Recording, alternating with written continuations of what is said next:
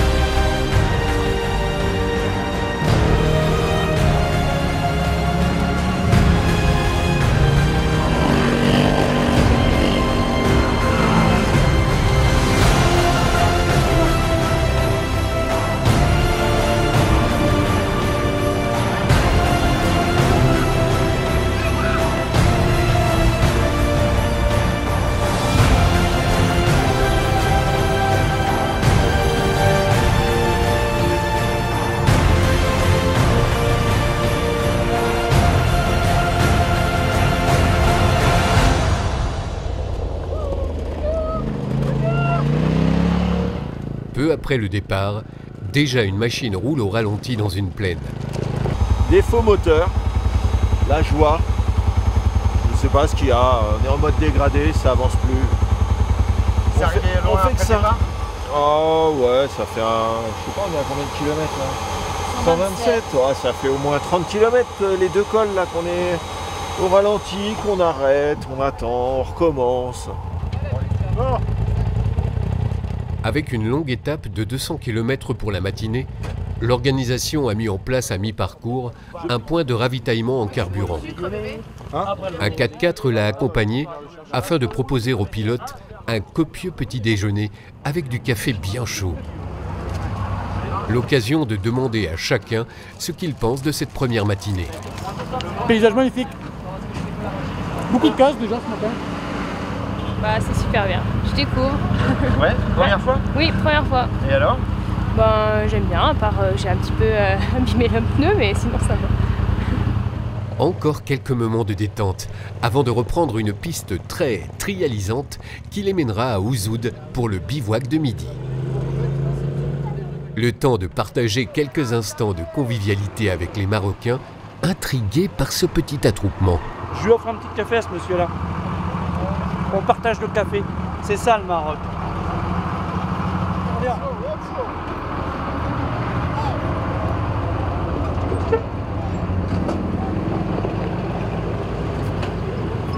Ah, ils sont extra ces mecs.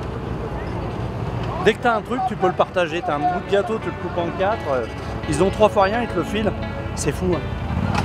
Ces Marocains, ils sont accueillants, c'est dingue. C'est dingue. Là, on a pris le café, on a partagé. Je lui ai refilé tous mes microbes parce qu'eux, ils en ont pas. J'ai ramené les microbes de la France, mais regarde-moi ces mecs, ils sont extraordinaires. C'est fabuleux.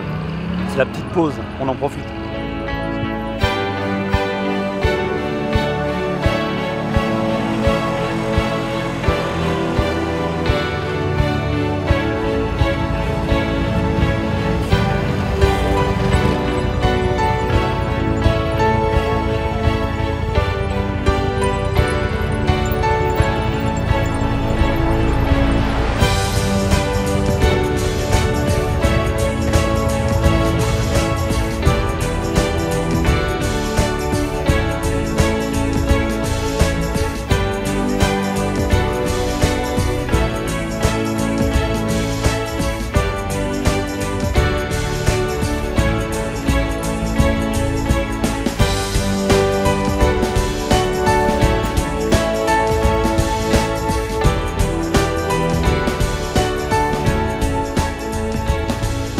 Juste avant Ouzoud, un équipage s'est retrouvé sur une piste caillouteuse et avance tant bien que mal vers le bivouac.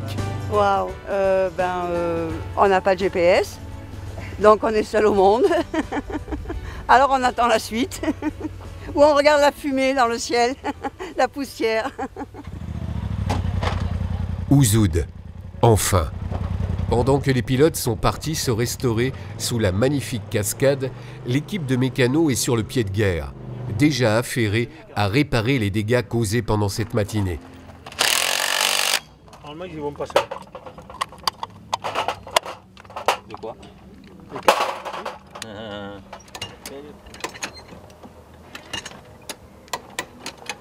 Roue de serré, donc jante HS, moyeu, goujon HS.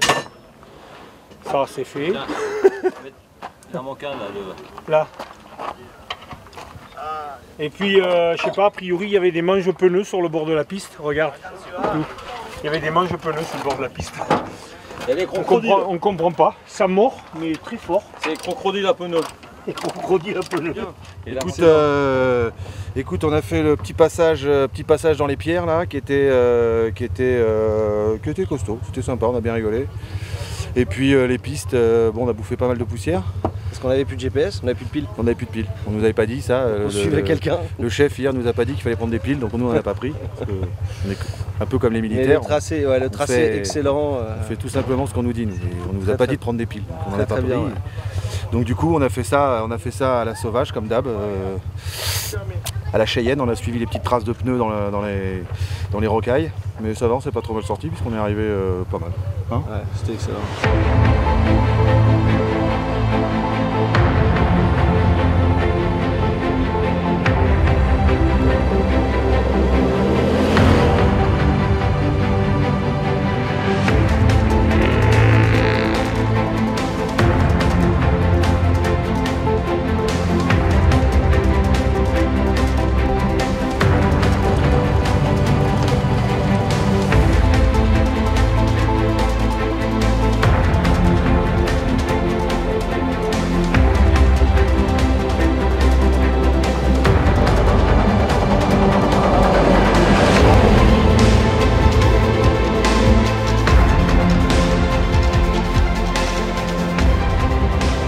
Après avoir parcouru plus de 50 km de pistes rocailleuses cet après-midi, tous les équipages du raid arrivent enfin sur les rives du fabuleux lac de Bin El Ouidan.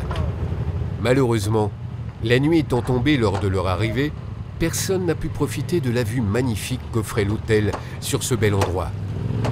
En tout cas, Cette première journée fut magique et tous les concurrents ont hâte d'être à demain pour recommencer.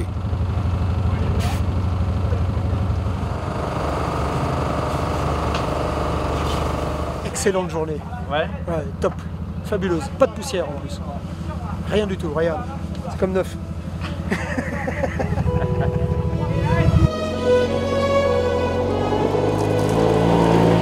Ce matin, les véhicules ont contourné le Grand Lac afin de bifurquer sur une piste de montagne qui va les faire grimper dans l'Atlas à près de 3000 mètres d'altitude.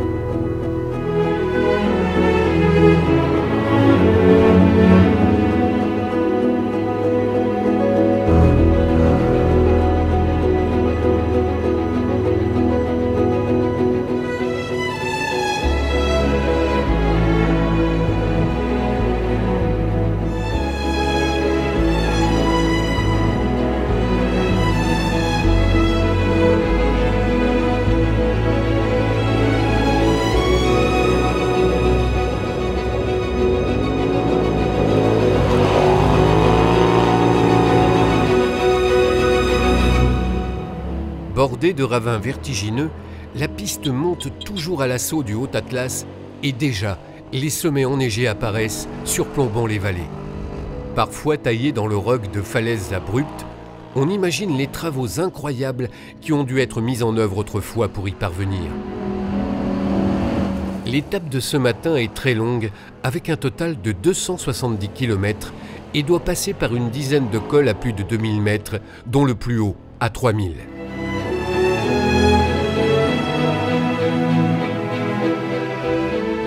Même si le tracé est roulant et sans difficulté, il convient d'être très prudent pour éviter toute sortie de route qui serait catastrophique dans ces endroits.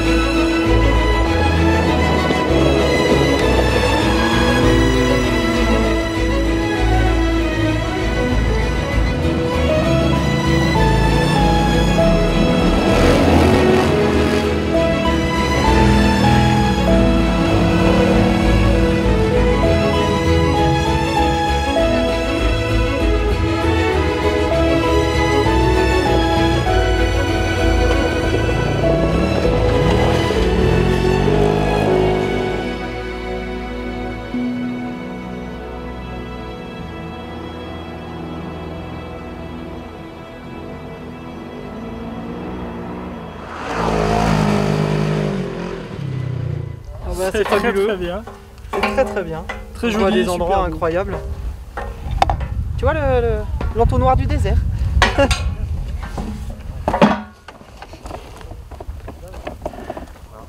Oui, là ça clignote depuis un petit moment, donc on a trouvé un endroit où vous pouvez se garer.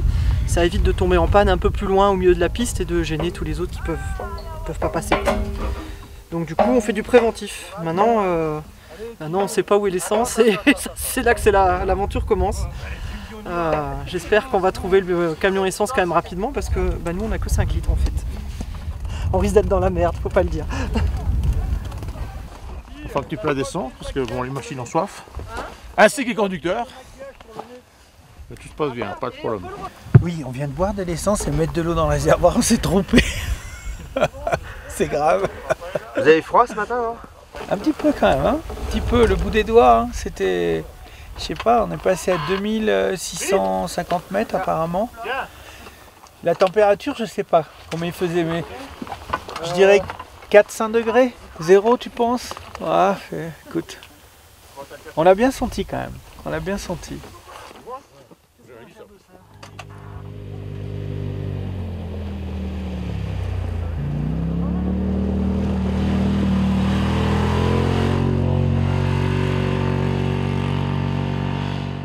Un petit peu, on attaque pas mal, après on roule en convoi, donc quand t'es derrière t'as un peu de poussière.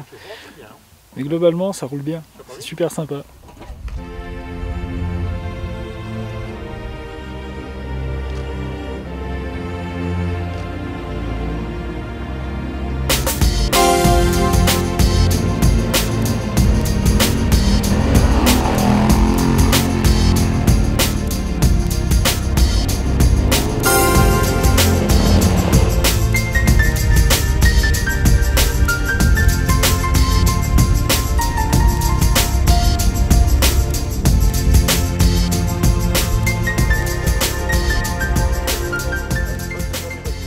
Sur la fin du tracé, un SSV est tombé en panne d'essence au milieu de la piste.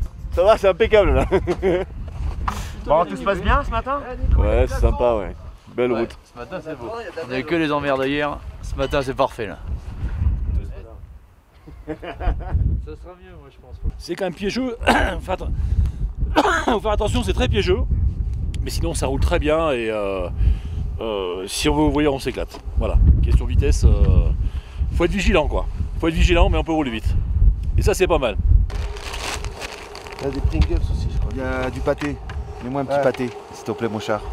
Alors que certains redoutent de tomber en panne sèche, d'autres, à l'image de Manu et de son copilote, la souhaitent presque, afin de la transformer en un moment de convivialité et de rigolade. Tout le monde profite donc de leur incroyable chargement de victuailles en tout genre, pendant que chacun remet de l'essence.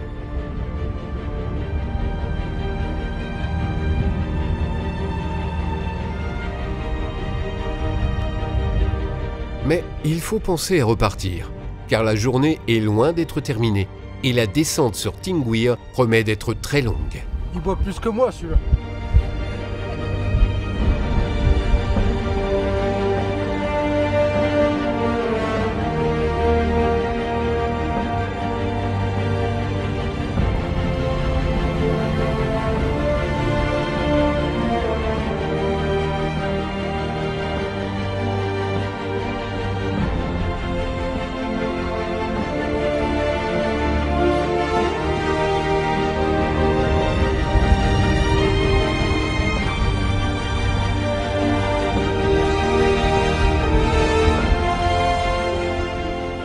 Un peu plus loin, à Emsemrir, un village perdu au milieu de nulle part, Thierry Balbous, chargé de la sécurité du raid, a improvisé un complément en carburant pour ceux dont le niveau serait trop bas pour atteindre le bivouac de la mi-journée.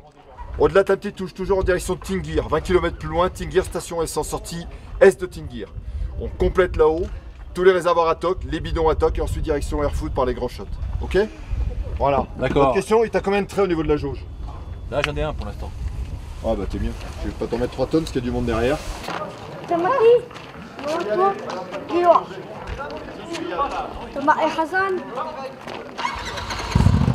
Au kilomètre 270, les raiders sont arrivés à Tamtetouche, où l'organisation a préparé le repas du midi. Même si tout s'est bien passé durant cette longue matinée, certains ont connu des problèmes techniques et sont arrivés à l'agonie au bivouac. Ou alors, tu sais quoi, si tu trouves un berbère, une soudure là-dessus, oh, tu parles. Il y a les billes, c'est tout en vrac dedans. Ah, tout est en vrac dedans. Ah ouais, tout est... Là c'est à craquer quoi. Ça on a écouté. Ah putain. Tu l'avais mal enquillé? T'avais vérifié ta tringlerie? Elle passait bien tes vitesses? Bah ouais, carrément ouais. On te voit pas souvent toi. Ouais c'est vrai qu'on te voit pas beaucoup. En Roumanie t'es toujours collé à nous. Bah là c'est un voyage de filles. Moi je suis que les mecs ont poussé 10 fois plus que nous. Local. Le bonnet il fait du bien là, comme ça. C'est dans quel sketch qui fait ça chez 3 TV? C'est devant un bon repas que tout le monde se retrouve dans la petite auberge, rarement habituée à autant d'affluence et dans laquelle les cuisiniers locaux ont fait roussir des dizaines de brochettes de poulet et moutons. Surplombant la petite ville de Tamtetouche, écrasée par le soleil vertical, la terrasse résonne au son des anecdotes de la matinée. L'occasion de demander aux pilotes s'ils ont eu des problèmes sur la piste. Non. Non. Un pneu. Un pneu. Pour moi, c'est lui. Non, super. 3000 mètres d'altitude. Ouais. On a failli faire du ski. On aurait pu. On aurait pu. On aurait dans la neige. Ouais. Un tonneau aussi, Lionel. Un tonneau quand même, si on a oublié. Ah oui, un tonneau. Non, D'ailleurs, c'est celui qui devait m'apprendre à rouler aujourd'hui. Il m'a dit, t'inquiète, je te suis, je ferme la route. T'inquiète pas, je vais t'apprendre à faire des tonneaux. Magnifique. Ah, c'était beau. Donc un tout petit peu de soleil, mais magnifique. Oui. C'est vrai qu'avec le ciel bleu, ça aurait été encore plus beau.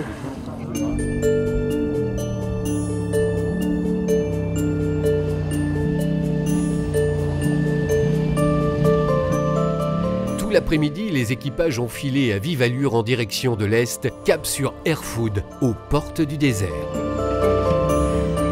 Si beaucoup ont coupé par la route nationale pour éviter d'être surpris en hors-piste par la nuit, les plus téméraires ont continué la trace par les grands shots et quelques-uns se retrouvent à faire de la mécanique dans la pénombre. Ouais, c'est pas niqué partout. Si elle veut jouer, c'est coincé. Là, je ne vais pas sortir, donc il doit y être. Une petite cour. Hein. Attends, montre-la comme elle est belle. Allez, merci. là, Ah, super. Elle est là. Les cheveux dans voilà. Voilà une petite cour. Ce qu'il en reste. Mais bon. On va la laisser en souvenir ici. Des petits boulons, on est sur la fin. En 5 minutes on repart. Voilà. C'est la pipe. Attends. On a des petits soucis de cardan aussi, mais ça va. Pour l'instant, ça tient. On verra ce soir l'assistance, s'ils peuvent faire quelque chose. Ouais, devant, j'y suis. T'as mis une vis derrière? Toujours pareil. Hein. Ouais, là, il est. Et en bas? En bas, il est pas plaqué. Attends, mais mets une vis en haut déjà. Voilà. C'est au magnifique hôtel Xaluka, dans la banlieue d'Erfoud, que le raid Quad Passion a établi son camp de base pour la nuit. Son parking grouille d'activités en ce début de soirée et l'équipe d'assistance est encore une fois sur le pied de guerre. Ah bah là, il y a du pneu, il y a de la boîte à vitesse, de l'électricité. Il y a de quoi s'occuper. Ça va aller. Ça va le faire. On va y arriver, on a toute la nuit pour ça. L'essentiel, c'est que tout le monde puisse repartir demain. C'est le but. Après de longues étapes comme ces 2 premiers jours, les ennuis mécaniques s'accumulent, mais aucun ne semble insurmontable pour le moment. Non, on a tout ce qu'il faut. Regarde là. Non, là, il charge pas. Si, c'est bon. Il charge?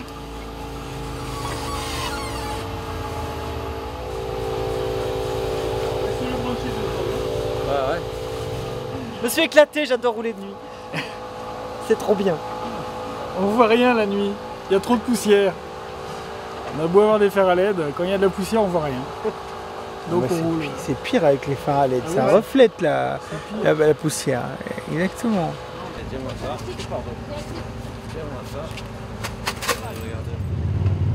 Tu l'as trouvé ou pas? Sinon je vais en demander un. Il faut en demander un. Il faut juste parfois au-dessus de celui-là. Le lendemain, de bonne heure, les pilotes se sont rassemblés au pied du camion d'assistance où le chef les a réunis pour le briefing du jour. Le bitume, la station à droite, on fait le plein, on sort de la station, 150 mètres sur la route à droite, il y a une rue balise et on rattrape la trace. Ce matin, nous partons en direction de Poudnib, vers les plateaux là-haut. Et on va faire une grande boucle pour venir caresser la frontière algérienne et les postes militaires algériens. Ok? Pas d'agressivité vis-à-vis d'eux, donc pas d'accélération abusive. Tranquille, on passe devant eux, petit coucou, on descend, on passe dans l'Oued, on passe derrière Saf-Saf et on revient vers un petit village là-haut en sortie d'Oued où il y aura un peu plus haut Jean-Paul pour vous servir une petite collation. Le temps de charger la trace du jour dans son GPS, vérifier ses réserves d'essence et l'arrimage des roues de secours, chacun des équipages se prépare à prendre le départ. La machine complètement révisée, propre, regarde, ça peut pas être mieux, ça va bien se passer.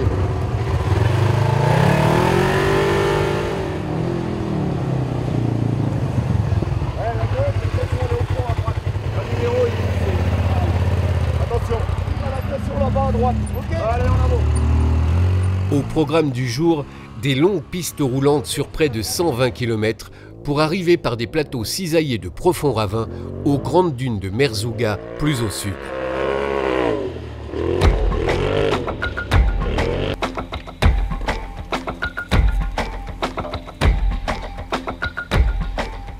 La petite surchauffe du moteur, donc on redonne un petit peu d'eau pour que ça tienne le coup. Parce que ça chauffe un petit peu dans le sable. Mais rien de grave, ça va repartir tout de suite. Hein.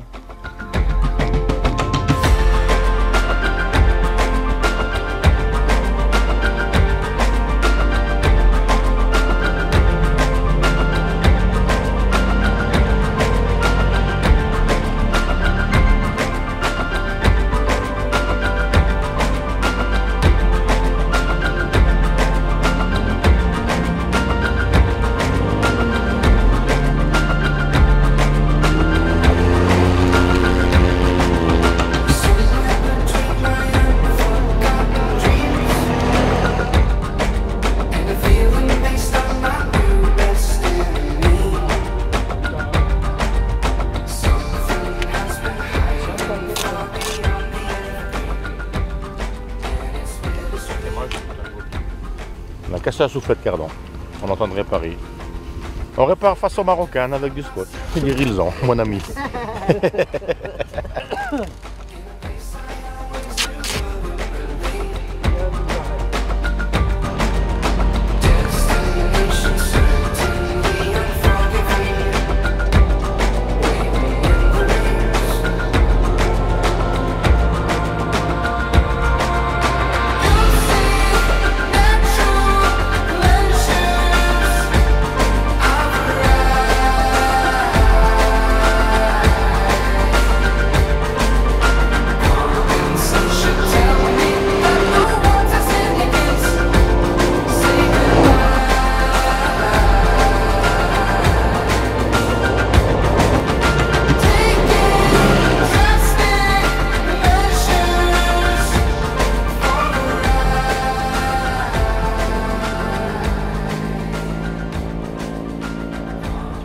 Ah bah là on se trouve en plein milieu du désert. Ce matin au petit-déj il me restait 2 petits yaourts.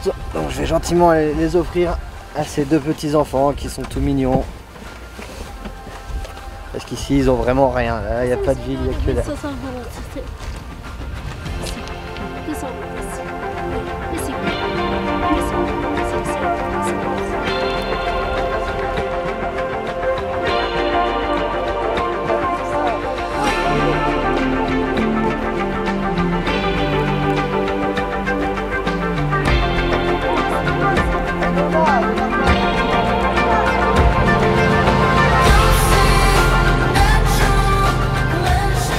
C'est près d'une immense fracture qui borde le plateau que plusieurs pilotes ont décidé de s'arrêter faire une pause.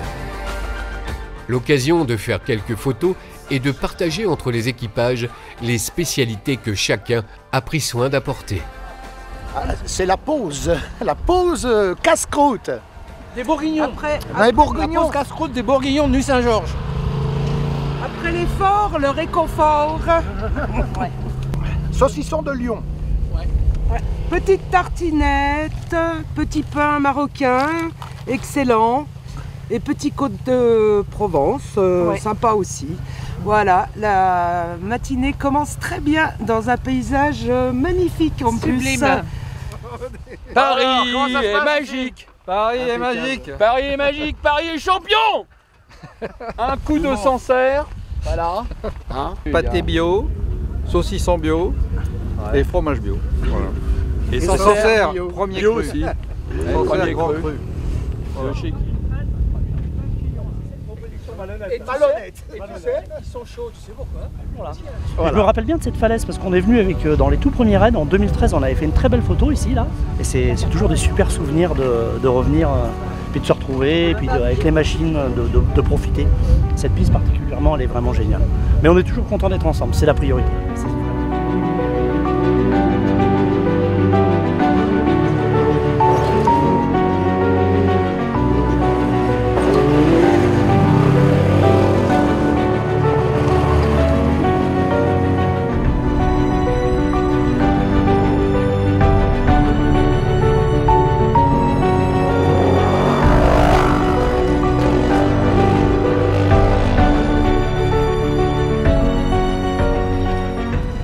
Vers 13 h, les derniers véhicules arrivent au pied des dunes du Grand Erg de Merzouga.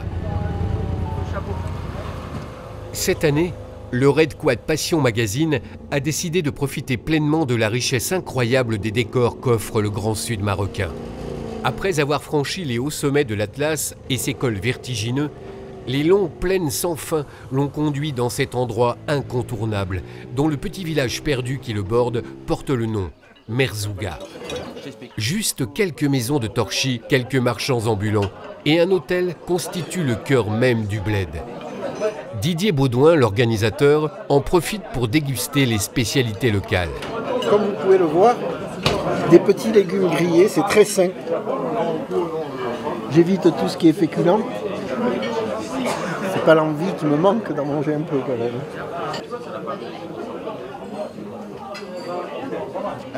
Tu faisais tenir les trucs avec les Le couscous local englouti, il est temps de charger la trace de cet après-midi qui va se perdre dans le Grand Erg et ses cordons de dunes.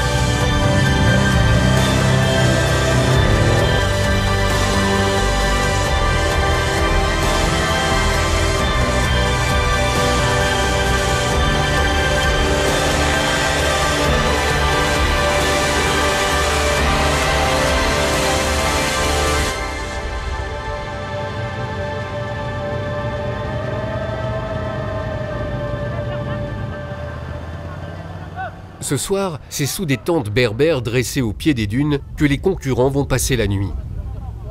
Le camion chargé des bagages est arrivé dans la journée et chacun récupère sa valise ou sa malle avant de s'installer.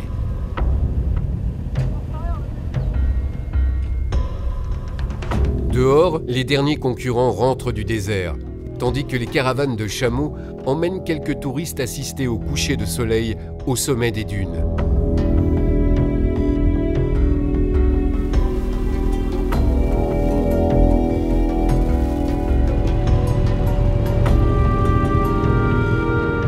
Pendant ce temps, les quads et SSV sont ravitaillés en carburant en prévision de la journée de demain. Ah, fantastique, pour une première, c'était vraiment formidable. C'est ce qu'il y avait de mieux. Mais j'avais un bon guide devant, parce que sinon je serais encore dans le désert. Là. On met de l'essence et on repart. On va se faire du bien. C'est un peu dur, mais on y arrive cette année. Une étape longue, très longue. On y arrive. Il y a des endroits fabuleux, mais on y arrive. Bloc, bloc. Tandis qu'un feu de camp a été allumé à l'extérieur, tout le monde se retrouve sous une immense tente pour dîner sur les rythmes d'un groupe de musiciens marocains. Chacun a dans sa tête cette magnifique journée qu'ils ont vécue aujourd'hui. Et surtout, ils pensent déjà à celle qui commencera dans quelques heures. Une nouvelle matinée dans les dunes pour traverser nord-sud l'ergue de Merzouga, puis de longues pistes rocailleuses qui partiront vers le sud dans la région de Bagaa et de Taouz.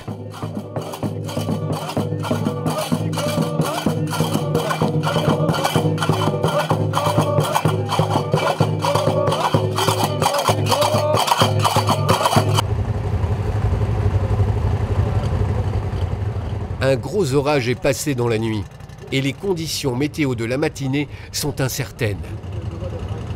Un nouvel orage est annoncé par le nord et le raid doit tenter de le devancer. C'est pourquoi tous les équipages s'affairent très tôt aux préparatifs du départ et les uns après les autres s'engouffrent dans les cordons de dunes.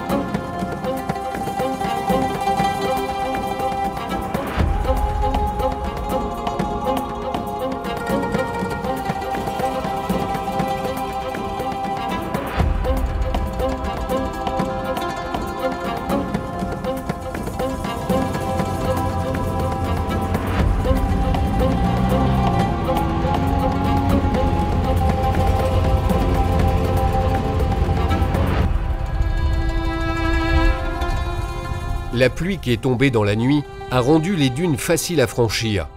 Et c'est sans gros problème que le raid a distancé l'orage qui arrivait.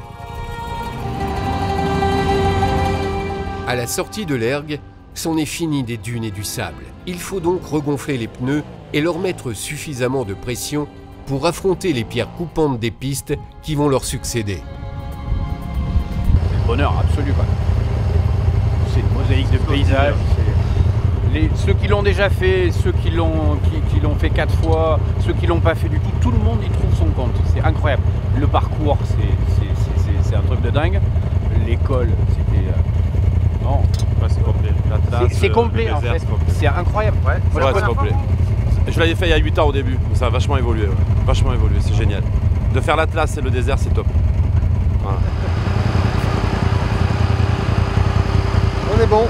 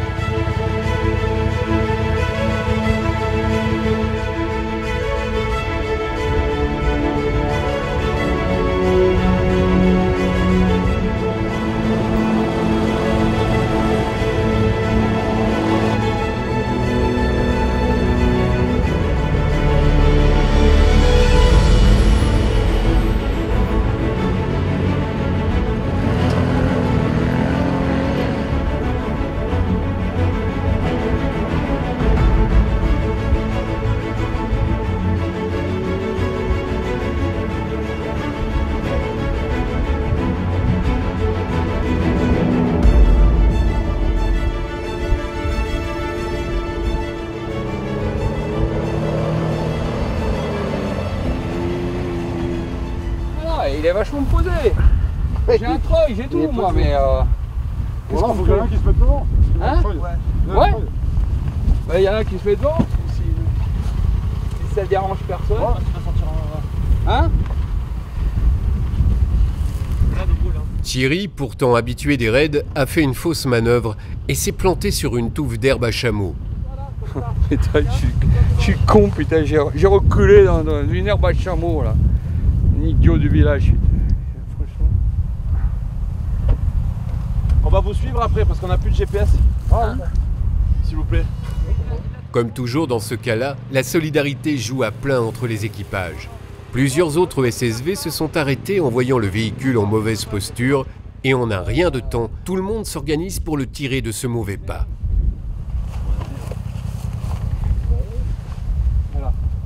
Voilà, oui. Il y a un nœud, enlève le nœud, il peut avancer, au contraire, avance. Attends, je leur demande s'ils sont pas un peu.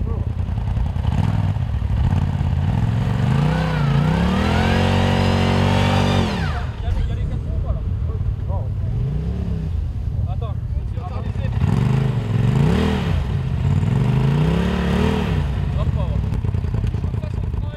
Finalement, ce sera au treuil que le véhicule sortira et pourra se remettre en route.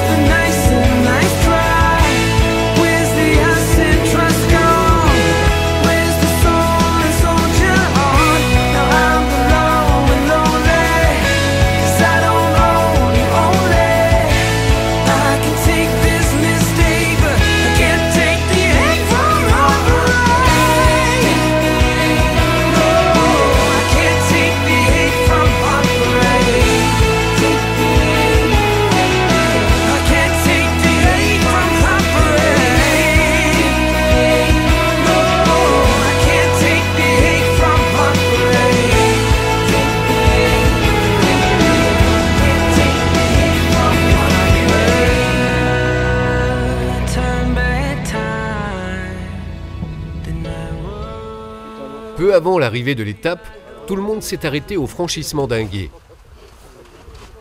Habituellement sans danger, Les orages de la veille qui se sont abattus sur la région ont fait grossir la rivière qui maintenant cache des trous d'eau profonds dans lesquels il ne faut surtout pas s'aventurer. Aussi, certains qui connaissent bien le coin signalent aux nouveaux arrivants le meilleur passage.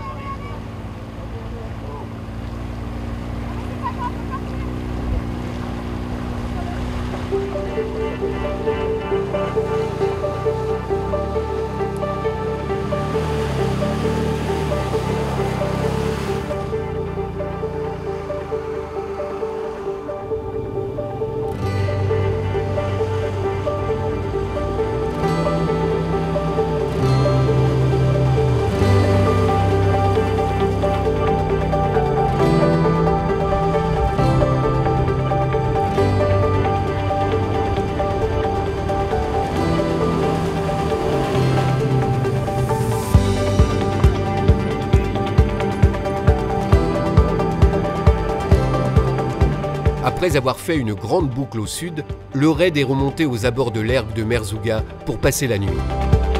Dans les jours prochains, ce sera maintenant cap au nord-est pour rejoindre Ouarzazate dans 2 jours. Mise à rude épreuve les jours précédents, certaines mécaniques commencent à montrer quelques signes de faiblesse. C'est vrai qu'ils ont affronté tous les types de terrains existants. Du sable, de la pierraille, des pistes rapides mais piégeuses. Bref, de quoi fatiguer les machines. Pour la plupart, tout se termine bien et les véhicules repartiront le lendemain. Mais pour d'autres et malgré tous les efforts des mécaniciens, les SSV finiront le raid sur un camion.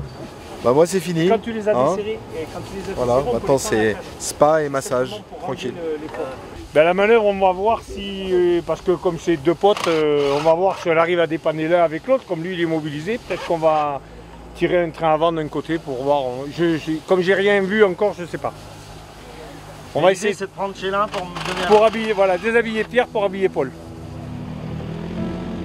Le soleil rase encore les montagnes lorsque les pilotes s'engouffrent dans les larges et majestueuses vallées en direction de l'est.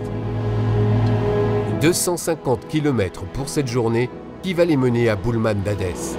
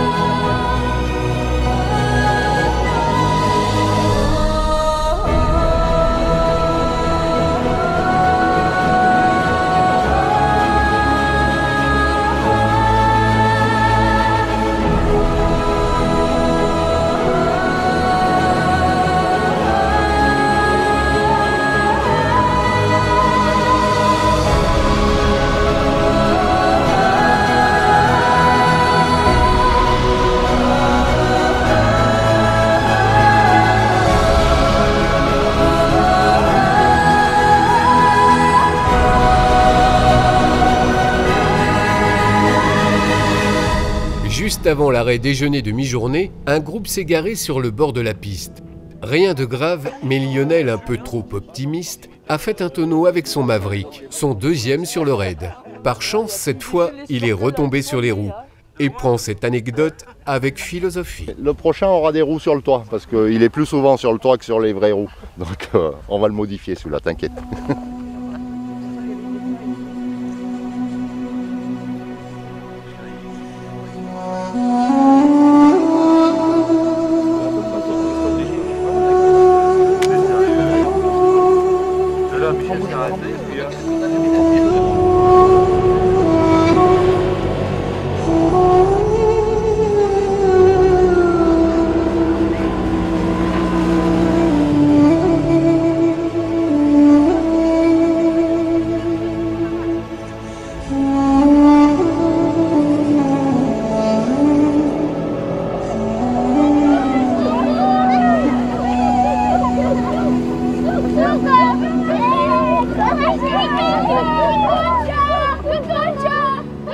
partout au Maroc, le passage des machines dans les campagnes provoque des scènes de liège chez les enfants qui les regardent passer.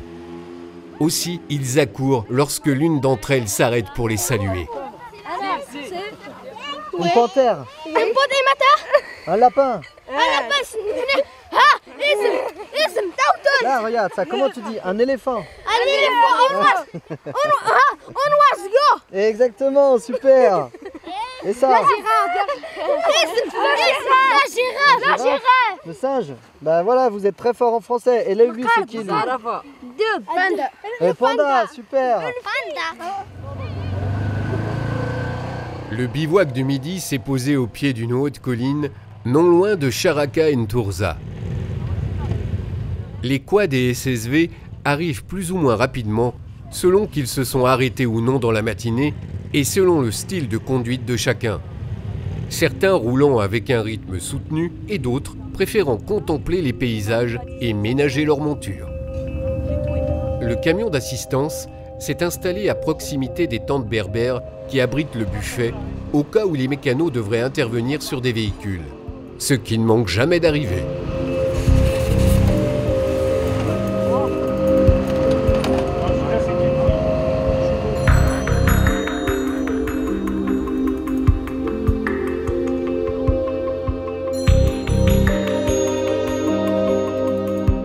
Le soir venu, c'est à l'hôtel Xalouka de Boulmandades que le raid pose ses valises. La terrasse domine toute la ville et il n'existe pas de meilleur endroit pour boire un verre et se reposer d'une si longue journée.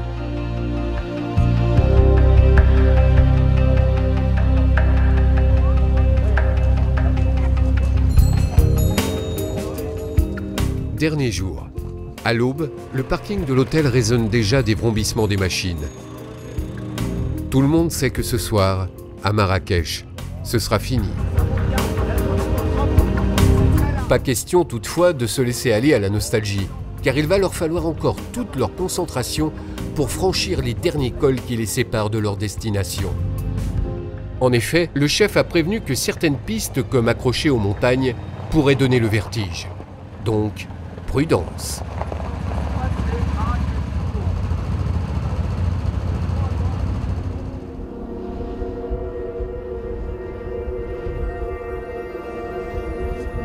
Cette dernière étape aura donné encore de magnifiques souvenirs aux pilotes et passagers. Que dire de ces plaines infinies, de ces cols qui dominent de profonds ravins, et puis ces villages perdus, ces enfants qui courent auprès des machines, ces berbères assis à côté de leurs chameaux et qui nous regardent passer. Juste que c'est magique et que bientôt nous y retournerons.